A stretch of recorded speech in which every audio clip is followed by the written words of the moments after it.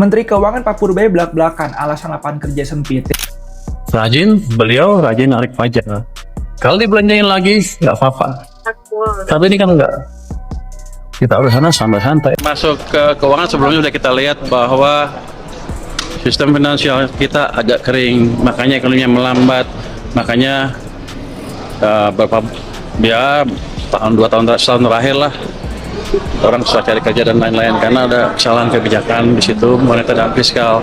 Saya lihat Kemenko bisa berperan di situ dengan memindahkan sebagian uang dari yang selama ini ada di bank sentral, kebanyakan ada 430 triliun, saya pindahin ke sistem perbankan. 20 triliun itu akan nyebar di sistem supaya uangnya bisa tumbuh dan ekonomi bisa jalan lagi. Ya teman-teman, ternyata ada 425 triliun rupiah uang pemerintah yang selama ini nganggur di Bank Indonesia, yang dimana beliau bilang ya ini salah satu biang keroknya. Dan gue cukup salut dengan Pak Purbaya, apalagi sifat koboinya teman-teman yang langsung dar-der di awal kan. Jadi beliau bilang ya salah satu penyebab melambatnya ekonomi dan susahnya lapangan kerja di Indonesia adalah karena ada uang pemerintah sebesar 400 triliunan lebih yang cuma mengendap di Bank Indonesia, Pak.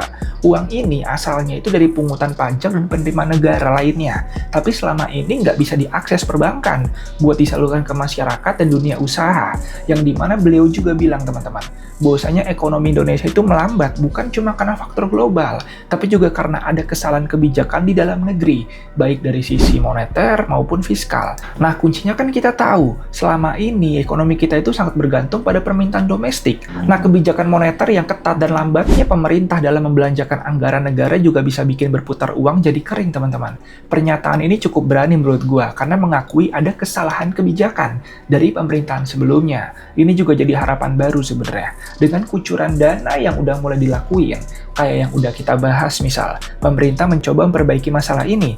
Tujuannya ya jelas, mengembalikan likuiditas ke sistem finansial dan mendorong sektor swasta untuk berekspansi, yang dimana akhirnya ya akan menciptakan lebih banyak lapangan kerja baru, Pak.